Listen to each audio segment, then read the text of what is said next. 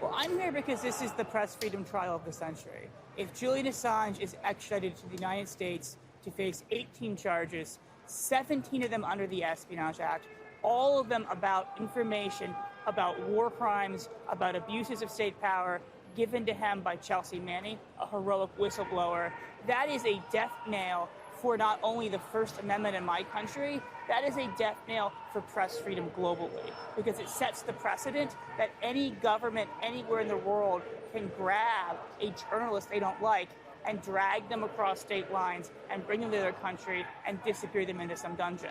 Julian Assange is not an American citizen, he's Australian.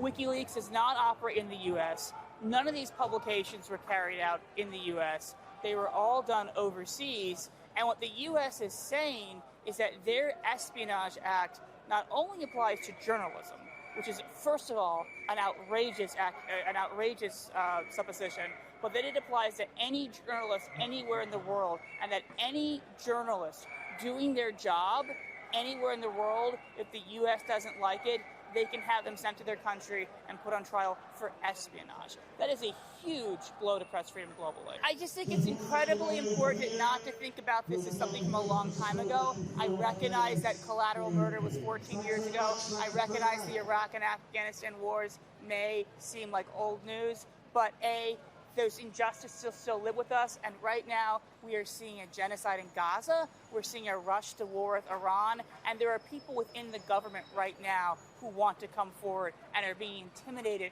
by these types of Espionage Act prosecutions, and there are journalists who want to tell the truth, not like what the New York Times is doing, where they publish the same sort of lies they published in the Iraq War, right? But who want to tell the truth. And this prosecution of Julian Assange, I mean, it would be happening right now either way, but to have that in the midst of one of the biggest outbreaks of dissent around a genocide, around bombing Yemen, around rushing to war with Iran, this could not be happening at a worse time. The Times is under the same threat. The Jacobin is under the same threat. The Moxon is under the same threat. If Julian Assange is convicted in the U.S., this creates a precedent that any newspaper can be prosecuted. The Obama administration called it the New York Times problem because the same type of conduct and some of the same documents were published by the New York Times. Defending Rights and Dissent, my organization, was ruthlessly spied on by J. Edgar Hoover back in the 60s. So it's in the Church Committee report, actually.